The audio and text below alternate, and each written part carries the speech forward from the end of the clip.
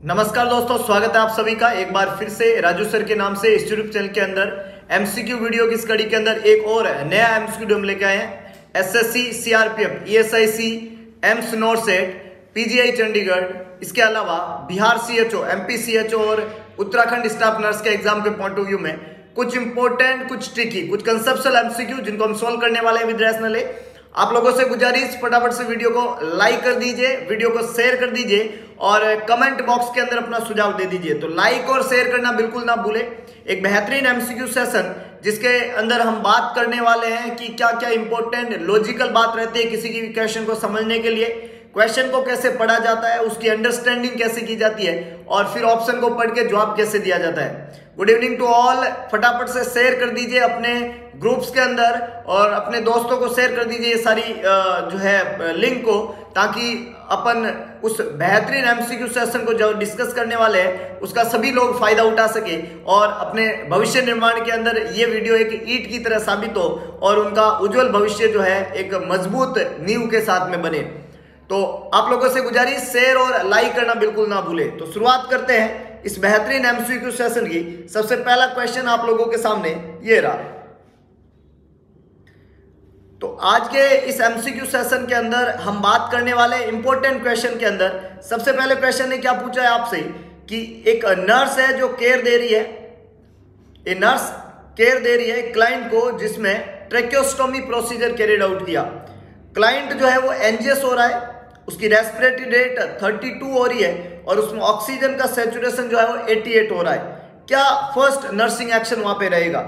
Option कह रहा है आपको सक्शन करेंगे क्लाइंट को, सेकंड ऑप्शन आपको कह रहा है कि टर्न कर देंगे क्लाइंट को लेफ्ट सिम्स पोजीशन के अंदर, थर्ड ऑप्शन कह रहा है नोटिफाई कर दोगे फिजिशियन को और लास्ट ऑप्शन आपको कह रहा है कि रीचेक करेंगे ऑक्सीजन का सैचुरेशन। क्या था क्वेश्चन? आप एज ए नर्स केयर दे रहे हो और उस मरीज को, क्लाइंट को केयर दे रहे हो जिसमें ट्रेक्योस्टोमी प्रोसीजर कैरिड आउट किया आपने।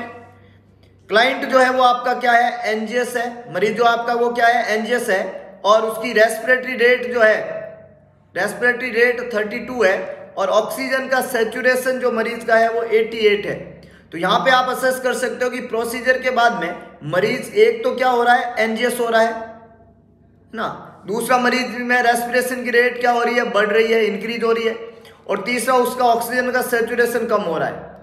तो इन तीन ऑप्शन में क्या इंपॉर्टेंट प्रायोरिटी एक्शन आपका रहेगा? फटाफट से जवाब लिखिएगा। मरीज एनजीएस है, रेस्पिरेटरी रेट बढ़ रही है, सैचुरेशन कम हो रहा है। बहुत बढ़िया, बहुत बढ़िया। कुछ लोगों ने जवाब देने की कोशिश की है।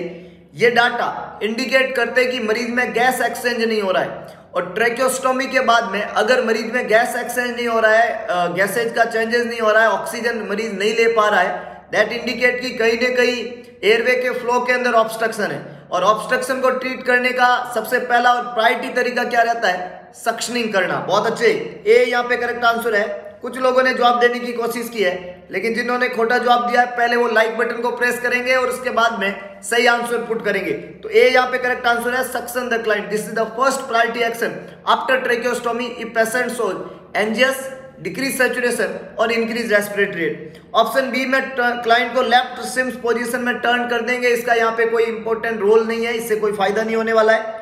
अगर मरीज को सक्शन करने के बाद में भी, अगर आपने पहले सक्शन किया और सक्शन करने के बाद में भी मरीज की ऑक्सीजन का सैचुरेशन इंप्रूव नहीं हो रहा है तो आप जाएंगे फिजिशियन को नोटिफाई करने। तो ये सेकंड प्रायोरिटी एक्शन रहेगा। अगर सक्शन से मरीज इंप्रूव नहीं हो रहा है तो फिजिशियन को नोटिफाई करो।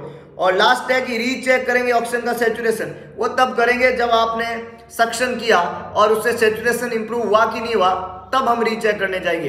तो ये दोनों ही एक्शन इनिशियल नहीं है, बाद के एक्शन है। सबसे पहले तो आप क्या कर लो? सक्शन कर लो, एयरवे के अंदर जो सिक्रीशंस है उनको रिमूव कर दो और जैसे ही रिमूव करोगे गैस एक्सचेंज शुरू हो जाएगा तो मरीज जो है वो आराम से ब्रेथ ले पाएगा, उसका एंजियसनेस कम हो जाएगा और उसकी रेस्पिरेटरी रेट भी क्या हो जाएगी? नॉर्मल हो जाएगी। बहुत अच्छे, बहुत ही शानदार। आगे लेके चलता हूं। नेक्स्ट देखिएगा, नेक्स्ट देखिएगा।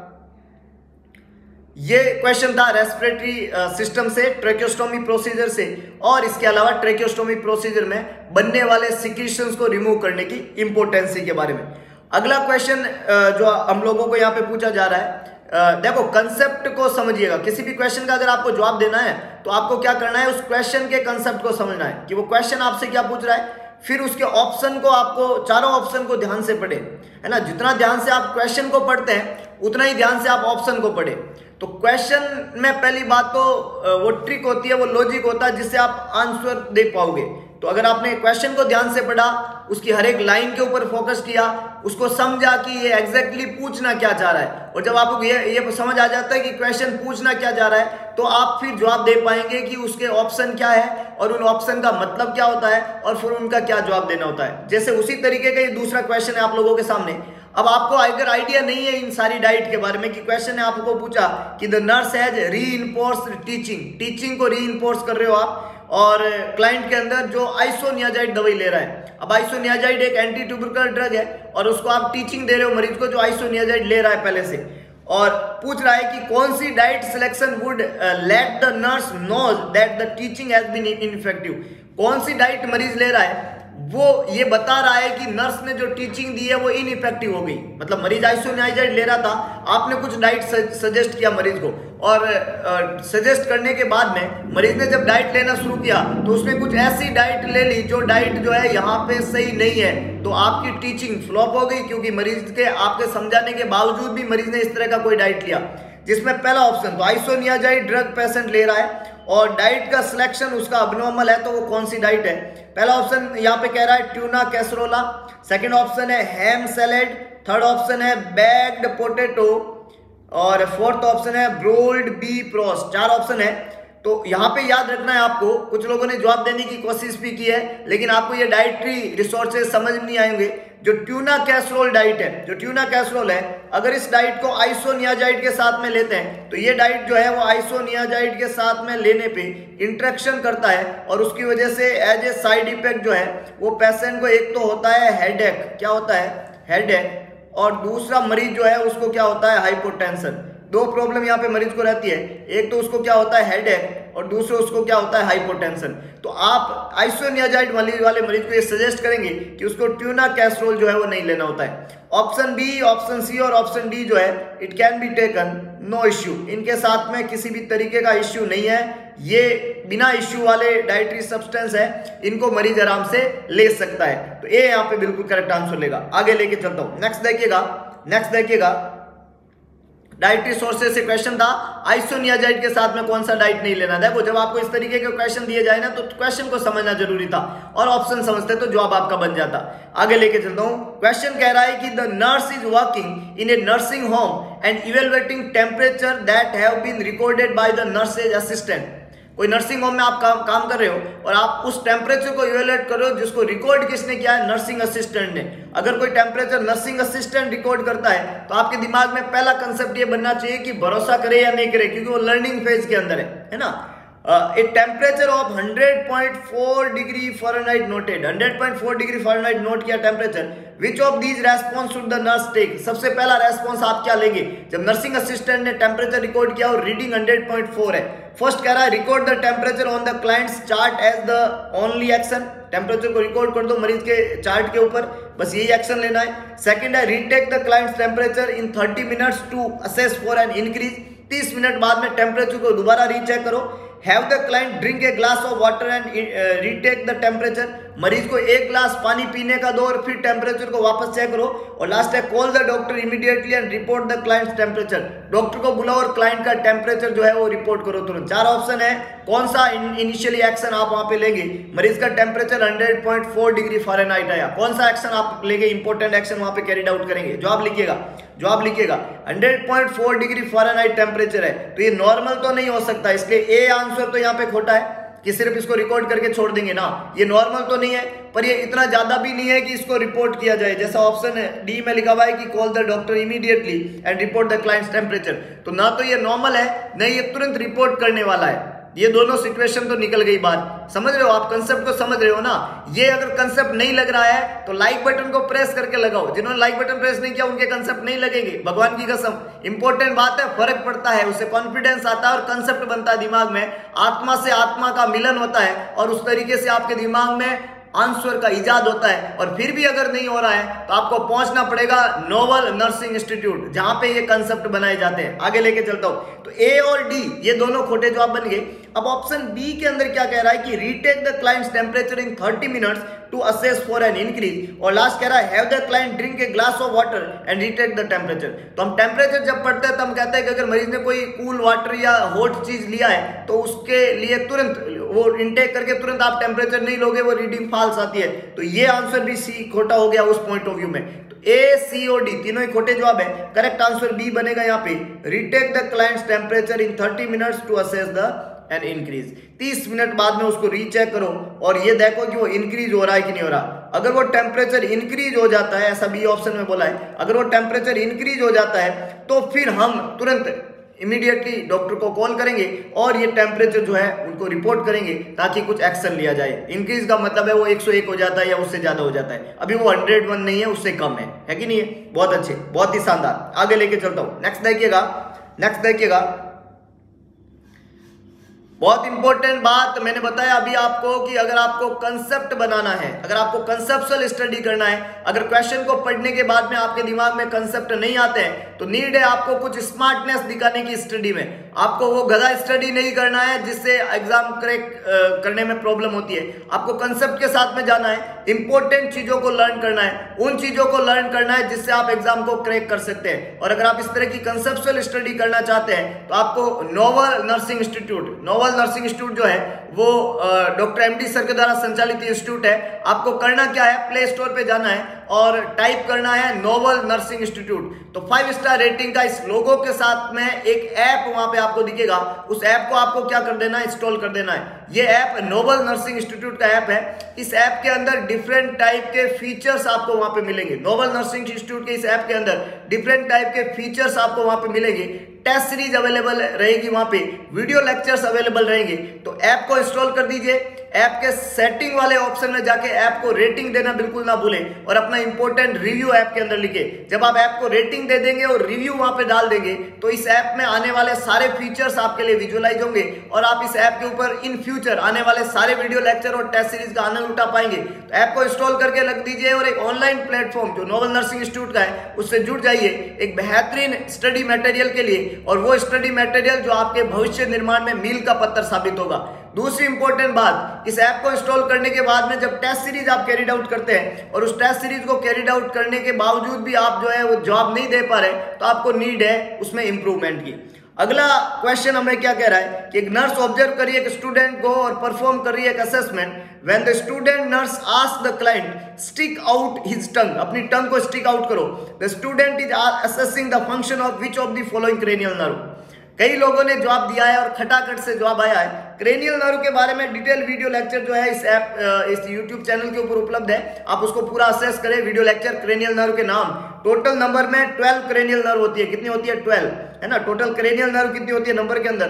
12 होती है। और ये 12 cranial nerve, 12 pairs cranial nerve, 12 जोड़ी क्रेनियल नर्व जो होती है उनके नाम है olfactory, optic, oculomotor, trochlear, trigeminal, abducent, facial, vestibulocochlear, glossopharyngeal, vagus, accessory और हाइपोग्लोसल। और इनके टाइप्स होते हैं जिसमें सेंसरी, मोटर, मिक्स सेंसरी, और मोटर। तो नाम और टाइप ये आपको याद रखना है क्रेनियल नर्व के।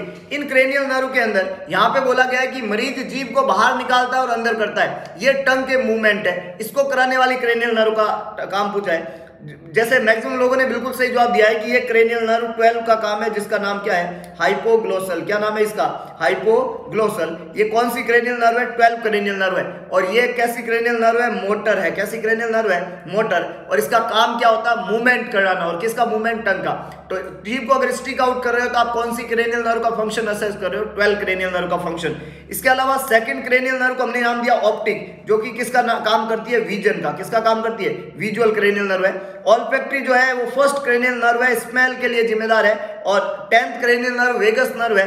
और वेगस नर्व जो है वो एक तरह की पैरासिम्पैथेटिक नर्वस सिस्टम वाला काम करती है। और वेगस नर्व एक मिक्स टाइप की नर्व है। इसका दूसरा नाम, वेगस नर्व का दूसरा नाम जो है वो गैस्ट्रोथोरेसिक नर्व भी हम इसको बोलते हैं। जीआई सिस्टम और थोरेसिक एरिया के सारे ऑर्गन को सप्लाई करती है, सेंसरी सप्लाई, और उनके सारे मोटर मूवमेंट को कैरिड आउट कराने का काम 10th cranial nerve vagus nerve का होता है। तो सेकेंड फर्स्ट, 10th और 12th, ये 4 क्रेनियल नर्व यहाँ पे दी हुई है। और इन क्रेनियल नर्व के फंक्शन हमने यहाँ पे देखे कि सेकंड का विजन होता है, फर्स्ट का स्मेल होता है, 10th क्रेनियल नर्व जो पैरासिम्पैथेटिक नर्वस सिस्टम का काम करती है, और जीआई सिस्टम और थोरेसिक सिस्टम के सारे ऑर्गन का सेंस और मूवमेंट कराने का काम करती है। और इसके अलावा स्वेलोइंग रिफ्लेक्स के लिए जिम्मेदार भी वेगस नर्व को माना जाता है। और 12th cranial nerve hypoglossal nerve का काम है टंग का मूवमेंट कराना, जीभ को बाहर निकालना और अंदर ले जाना। तो ये सारे के सारे फंक्शन डिफरेंट टाइप के क्रेनियल नर्व के रहते हैं। मैक्सिमम लोगों ने बिल्कुल सही जवाब दिया, बहुत ही बढ़िया, बहुत ही शानदार। आगे लेके चलता हूं, नेक्स्ट देखिएगा। तो जैसा मैं बता चुका हूं आपको नोवल नर्सिंग इंस्टीट्यूट के ऑनलाइन ऐप के बारे में, तो कि ऐप को इंस्टॉल कर दीजिए। और अगर आपको कहीं कंसेप्चुअल स्टडी में प्रॉब्लम आ रही है तो डॉक्टर एमडी सर के द्वारा संचालित इंस्टीट्यूट की ऑफलाइन क्लासेज भी लग रही है। ऑफलाइन क्लासेज को ज्वाइन करने के लिए पहुंच जाइए नोवल नर्सिंग इंस्टीट्यूट के ऑफलाइन बैचेज के अंदर। एड्रेस बहुत सिंपल है, लहरिया स्वीट होम के सामने, भगत की कोठी, न्यू पाली रोड, जोधपुर। वहां पे अप्रोच करिए और वहां पे ऑफलाइन क्लासरूम स्टडी आप ज्वाइन कर सकते हो नोवल नर्सिंग इंस्टीट्यूट की। तो ऑनलाइन और ऑफलाइन दोनों प्लेटफॉर्म आप लोगों के लिए अवेलेबल है। ऑनलाइन प्लेटफॉर्म प्ले स्टोर से ऑनलाइन ऐप को इंस्टॉल कर दो, और ऑफलाइन क्लासरूम स्टडी के लिए आपको भगत की कोठी, लहरिया स्वीट होम के सामने, न्यू पाली रोड, जोधपुर पहुंचना पड़ेगा। 2:30 बजे से बैच लगता है, इवनिंग बैच वहां पे चल रहा है। तो आप तुरंत ज्वाइन करें और एक कंसेप्चुअल स्टडी टीम नोवल के साथ में करके अपने बेहतरीन भविष्य के अंदर इंपॉर्टेंट जो है नींव को बनाने का काम करें। आगे लेके चलता हूं, नेक्स्ट देखिएगा। अगला क्वेश्चन यहां पे पूछ रहा है, which set of the vital sign would best indicate an increase in intracranial pressure in a client with head injury। सवाल आपसे क्या पूछ रहा है कि यहाँ पे कुछ वाइटल साइन के सेट दिए हुए हैं, कौन सा सेट वाइटल साइन का ये इंडिकेट कर रहा है ना, बेस्टली इंडिकेट कर रहा है कि मरीज में आईसीपी इंक्रीज हुआ है। क्या इंक्रीज हुआ है? आईसीपी। जिस मरीज को हेड इंजरी हुई है, मरीज के हेड को इंजरी हुई है, हेड इंजरी से जब मरीज का आईसीपी बढ़ता है तो कौन से वाइटल सेट इंडिकेट करता है कि मरीज में आईसीपी बढ़ा हुआ है? पहला ऑप्शन है बीपी 180/70, पल्स 50, रेस्पिरेशन 16 और टेम्परेचर 101। सेकंड है 170 बीपी 64 पल्स, टेम्परेचर रेस्पिरेशन 20 और टेम्परेचर 98.6। थर्ड है बीपी 96/70, पल्स 132, रेस्पिरेशन 20 और टेम्परेचर 98.6। लास्ट है बीपी 130/80, पल्स 50, टेम्परेचर रेस्पिरेशन 18 और टेम्परेचर 99.6। 4 ऑप्शन लिखे हुए। कौन सा सेट ऑफ वाइटल बताता है कि मरीज जो है उसके अंदर जो है इंट्राक्रेनियल प्रेशर बढ़ा हुआ है? जवाब लिखिएगा। बहुत अच्छे, कुछ लोगों ने जवाब दिया और बिल्कुल सही दिया है। वी ऑल नो कि जब इंक्रीज आईसीपी होता है ना, जब आईसीपी बढ़ता है तो वाइटल के अंदर क्या चेंजेस रहते हैं इंपॉर्टेंट। वाइटल के अंदर एक सिस्टोलिक ब्लड प्रेशर जो है वो इंक्रीज हो जाता है, और पल्स प्रेशर जो होता है वो वाइड हो जाता है। सिस्टोलिक ब्लड प्रेशर बढ़ जाता है और पल्स प्रेशर वाइड हो जाता है। दूसरी इंपॉर्टेंट बात क्या रहती है? रेस्पिरेशन जो होता है, रेस्पिरेशन जो होता है वो इरेगुलर हो जाता है और रेट गड़बड़ हो जाती है। और इसके अलावा तीसरा इंपॉर्टेंट चीज वहां पे क्या होता है? टेम्परेचर जो होता है वो इंक्रीज हो जाता है ना। सिस्टोलिक ब्लड प्रेशर बढ़ जाता है, पल्स प्रेशर जो है वाइड हो जाता है, टेम्परेचर बढ़ जाता है, रेस्पिरेशन इरेगुलर हो जाता है। तो यहाँ पे जो 4 सेट ऑफ वाइटल है उसमें ऑप्शन ए, बिल्कुल मैक्सिमम लोगों ने सही जवाब दिया है। ऑप्शन ए के अंदर देखिएगा 180/70 बीपी, इसका मतलब सिस्टोलिक ब्लड प्रेशर 180 है, डायस्टोलिक नॉर्मल है, तो सिस्टोलिक ब्लड प्रेशर बढ़ा हुआ है, ये यहाँ पे इंडिकेट कर रहा है। दूसरा, इन दोनों के बीच में अगर हम गैप की बात करें, what is pulse pressure? The difference between systolic blood pressure and diastolic blood pressure is known as pulse pressure. अब सिस्टोलिक ब्लड प्रेशर कितना है? 180, डायस्टोलिक ब्लड प्रेशर कितना है? 70। तो इनके अंदर गैप कितना हो गया? 110 mmHg। नॉर्मली पल्स प्रेशर कितना होता है? जब ब्लड प्रेशर 120/80 होता है तो वो होता है 40, और अभी पल्स प्रेशर कितना हो गया? 110। इसका मतलब पल्स प्रेशर क्या हो गया? इंक्रीज हो गया, पल्स प्रेशर क्या हो गया? वाइड हो गया। तो सिस्टोलिक ब्लड प्रेशर बढ़ जाता है, पल्स प्रेशर बढ़ जाता है, ये बढ़ा हुआ यहाँ देखने को मिल रहा है। अगली इंपॉर्टेंट बात है कि पल्स रेट जो होती है वो यहाँ पे 50 है, और जब भी इंक्रीज आईसीपी होता है तो एक बात और इंपॉर्टेंट है कि मरीज में ब्रेडीकार्डिया देखने को मिलता है। क्या देखने को मिलता है? ब्रेडीकार्डिया। क्या देखने को मिलता है? ब्रेडीकार्डिया। तो यहाँ पे आप देख रहे हो कि पल्स जो है वो मरीज का 50 है, ये इंडिकेट करता है कि मरीज को ब्रेडीकार्डिया। जब भी किसी एडल्ट में 60 बीट पर मिनट से कम पल्स हो तो उसको हम ब्रेडीकार्डिया कहते हैं। तो यहाँ पे पेशेंट को ब्रेडीकार्डिया हो गया, उसका पल्स 50 है। अगली इंपॉर्टेंट बात है उसका रेस्पिरेशन जो है वो 16 है, इरेगुलर टाइप का रेस्पिरेशन होता है, और टेम्परेचर 101 है, इसका मतलब टेम्परेचर बढ़ा हुआ है। तो कोई भी मरीज जिसमें इंक्रीज इंट्राक्रैनियल प्रेशर हो, उस पेशेंट के अंदर सिस्टोलिक ब्लड प्रेशर बढ़ जाता है, पल्स प्रेशर वाइड हो जाता है, ब्रेडी कार्डिया होता है, हार्ट रेट कम हो जाता है, ब्रेडी मतलब स्लो, कार्डिया मतलब हार्ट, तो हार्ट स्लो हो जाता है ना। और इसके अलावा उस मरीज के अंदर टेम्परेचर जो है वो बढ़ जाता है और उस मरीज में रेस्पिरेशन जो है वो इरेगुलर हो जाता है। अगर ये सारे डाटा किसी मरीज में मिल रहे हैं, दैट इंडिकेट कि पेशेंट को इंक्रीज हो गया आईसीपी, और ये हेड इंजरी वाले मरीज में हो जाता है। तो हेड इंजरी की वजह से मरीज का आईसीपी बढ़ा और आईसीपी की बढ़ने की वजह से ये सारे डाटा वहां देखने को मिले। अगर ये सारे डाटा मिल रहे हैं, दैट इंडिकेट कि पेशेंट है suffer from increase intracranial pressure. तो ऑप्शन ए के अंदर ये सारे डाटा है, तो करेक्ट आंसर यहाँ पे क्या बनेगा, ए यहाँ पे बिल्कुल करेक्ट आंसर है कि मरीज का क्या बढ़ गया है, आईसीपी बढ़ गया है कि नहीं है। आगे लेके चलता हूं, नेक्स्ट देखिएगा, the nurse is assessing the laboratory result of a client scheduled to receive phenytoin. Dilantin के नाम से बहुत फेमस दवाई है फेनिटोइन, एक एंटी कन्वर्जेंट ड्रग है, और उसकी लैब रिजल्ट आप असेस कर रहे हो। जो डाइलेंटिन का या फेनिटोइन का लेवल है जो आपने ड्रॉ किया 2 घंटे पहले, तो वो लेवल आ रहा है 30 माइक्रोग्राम पर ml। तो दवाई कौन सी है, मरीज क्या रिसीव कर रहा है, फेनिटोइन, और उसका लेवल कितना आया है 30 माइक्रोग्राम पर ml। What is the appropriate nursing action.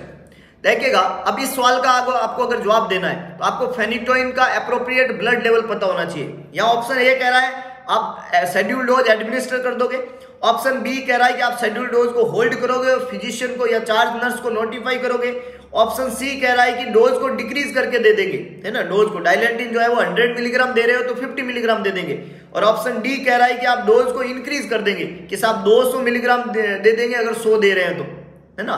तो 4 ऑप्शन है, एक ऑप्शन तो कह रहा है कि डोज देंगे ही नहीं, एक ऑप्शन कह रहा है कि दे देंगे जैसा है वैसा ही, एक कह रहा है कि डोज को घटा देंगे, एक कह रहा है कि डोज को बढ़ा देंगे।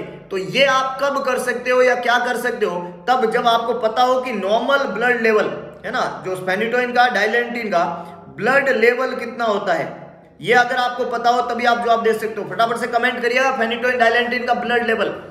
जिन लोगों को ब्लड लेवल नहीं पता वो जवाब नहीं दे पाएंगे, और अगर ब्लड लेवल पता नहीं चल रहा तो एक बार लाइक बटन को प्रेस करके पता करने की कोशिश करिए। हो सकता है आत्मा से आत्मा का मिलन हो, मन की बात पता चल जाए और ब्लड लेवल का ध्यान आ जाए। बहुत अच्छे, देखो कुछ लोगों ने लाइक बटन को प्रेस किया और उनका जवाब सही भी बन रहा है। और दे सही कि सर फेनिटोइन का नॉर्मल ब्लड लेवल होता है 10 to 20 माइक्रोग्राम पर ml। बहुत अच्छे, बहुत ही शानदार। It's normal blood level of phenytoin that is 10 to 20 microgram पर ml, और यहाँ पे फेनिटोइन का लेवल दिखा हुआ है 30 माइक्रोग्राम पर ml। दैट मीन्स कि फेनिटोइन का ब्लड लेवल क्या है, इंक्रीज हो चुका है। क्या हो चुका है, इंक्रीज। अब ब्लड लेवल जब इंक्रीज हो जाता है तो हम क्या करते हैं, ब्लड लेवल जब इंक्रीज हो जाता है तो क्या करते हैं, तो डोज एडजस्टमेंट आप नहीं कर सकते, डोज एडजस्टमेंट आप नहीं कर सकते। तो ऑप्शन डी और ऑप्शन सी तो खोटे हो गए, क्योंकि ना तो आपको डोज को घटाना ना बढ़ाना है। हालांकि जब लेवल ज्यादा हो जाता है तो डोज को कम करना होता है, पर ये हम नहीं कर सकते। और जब ब्लड लेवल जो है फेनिटोइन का ज्यादा है, टॉक्सिसिटी की संभावना है, तो शेड्यूल डोज एडमिनिस्टर भी आपको नहीं करना है। तो इसने ऑप्शन ए को भी खोटा कर दिया। तो ऑप्शन ए, ऑप्शन सी और ऑप्शन डी तीनों ही खोटे हो गए। ऑप्शन बी बिल्कुल करेक्ट है कि उस डोज को होल्ड कर दो और नोटिफाई कर दो चार्ज नर्स को, क्योंकि जो फेनिटोइन का ब्लड लेवल आ रहा है वो फेनिटोइन का ब्लड लेवल अबनॉर्मल है। 10 to 20 नॉर्मल होता है, ये 30 हो गया है, 30 फेनिटोइन का ब्लड लेवल अबनॉर्मल है, ये डोज हम एडमिनिस्टर नहीं करेंगे। तो करेक्ट आंसर यहाँ पे क्या बनेगा, बी। ऑप्शन ए, सी और डी तीनों ही खोटे जवाब है, बी बिल्कुल करेक्ट आंसर है। बहुत ही अच्छे, बहुत ही शानदार। आगे लेके चलता हूं, नेक्स्ट देखिएगा, a client with sickle cell disease, मरीज को सिकल सेल डिजीज है, एडमिट हुआ है निमोनिया के साथ में। Which nursing intervention would be most helpful to prevent a sickling crisis? Sickle cell anaemia, anaemia का स्ट्रक्चरल डिफॉल्ट, हीमोग्लोबिनोपैथी, हाइपोक्सिया के कारण एनीमिया जो आरबीसी है ब्लड के अंदर उसका शेप सिकल जैसा हो जाता है, उसको सिकल सेल एनीमिया कहते हैं। अब सिकल सेल वाले एनीमिया वाले मरीज को निमोनिया हो गया, इसका मतलब उसकी बॉडी में हाइपोक्सिया हो गया। जब भी सिकल सेल वाले मरीज में, सिकल सेल एनीमिया वाले या सिकल सेल डिजीज वाले मरीज के अंदर जब भी हाइपोक्सिया होएगा, जब भी उसको फीवर आता है, जब भी उसमें एक्सर्शन होता है, जब भी उसकी बॉडी कुछ ओवरडू करने की कोशिश करती है, तो ऑक्सीजन की नीड बढ़ जाती है, और ऑक्सीजन की रिक्वायरमेंट जब फुलफिल नहीं होती है तो उसकी आरबीसी का शेप जो है वो कैसा हो जाता है, सिकल शेप का। उसको हम बोलते हैं सिकल सेल क्राइसिस। क्या बोलते हैं, सिकल सेल क्राइसिस। तो अब उसको क्या हुआ है, निमोनिया।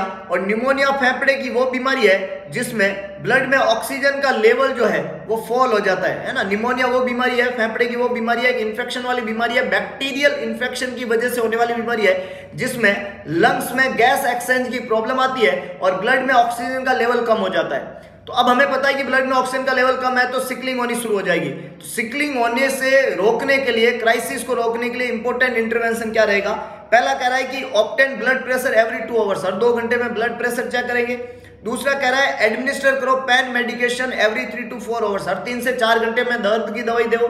तीसरा कह रहा है assess breath sound once a shift, हर शिफ्ट में ब्रेथ साउंड चेक करो। और लास्ट कह रहा है monitor IV fluid at order rate of 200 ml per hour, IV fluid की मॉनिटरिंग करो जिसको ऑर्डर किया गया है 200 ml पर आवर।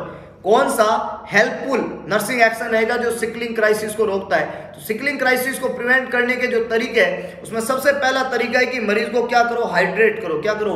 हाइड्रेशन सबसे पहला तरीका है। इसके अलावा मरीज को हीट एप्लीकेशन करते हैं, इसके अलावा ऑक्सीजन एडमिनिस्टर करते हैं, इसके अलावा पेन की मेडिकेशन देते हैं, पेन मेडिकेशन देते हैं। तो ये इंपॉर्टेंट एक्शन होते हैं सिकलिंग क्राइसिस के समय, हाइड्रेशन, हीट, ऑक्सीजन और पेन मेडिकेशन। अब यहाँ पे आप देख सकते हो कि चारों ऑप्शन में सबसे पहला इंपॉर्टेंट काम हमेशा कौन सा रहता है? हाइड्रेशन। सिकलिंग को अगर आपको रोकना है, बहुत अच्छे। कुछ लोगों ने सही जवाब देने की कोशिश की है, कुछ लोग कंसेप्ट पकड़ नहीं पाए क्योंकि शायद लाइक बटन प्रेस नहीं किया, और अगर लाइक बटन प्रेस किया तो शायद कहीं ना कहीं कंसेप्चुअल स्टडी की कमी है। अगर ऐसा कुछ गड़बड़ है तो आप पहुंच सकते हैं नोबल नर्सिंग इंस्टीट्यूट 2:30 बजे से ऑफलाइन इवनिंग बैच। और अगर ऑनलाइन प्लेटफॉर्म से जुड़ना चाहते हैं तो प्ले स्टोर से इंस्टॉल कर दीजिए ऐप, नोबल नर्सिंग इंस्टीट्यूट के नाम से ऐप है, इंस्टॉल करके वहां पे अपने कंसेप्ट को बनाने की कोशिश करिएगा अगर आप जोधपुर से बहुत ज्यादा दूर है। बहुत इंपॉर्टेंट बात है।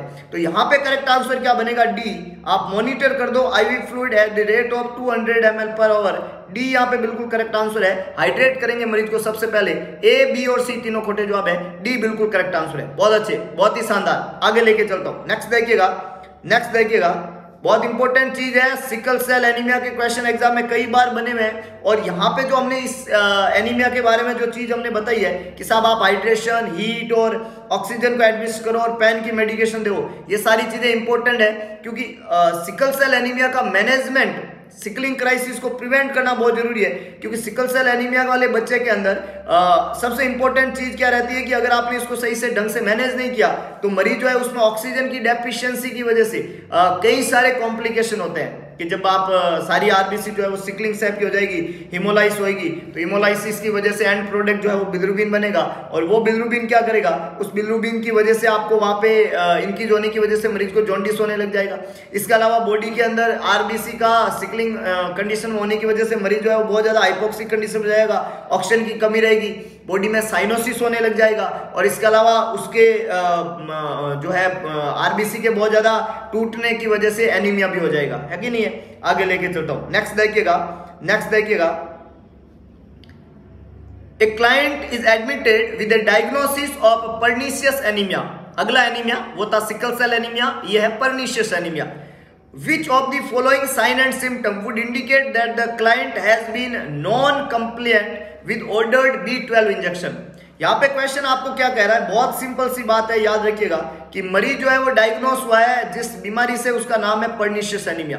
अब पर्निशियस एनीमिया की वजह से मरीज डायग्नोस हुआ है, कौन सा साइन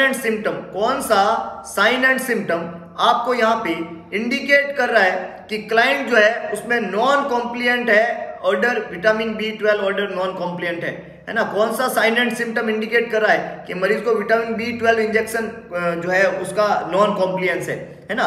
पहला है hyper activity in the evening hours, second है weight gain of 5 pound in a 1 week, third है paresthesia of the hand and feet, last है diarrhoea stools several times a day.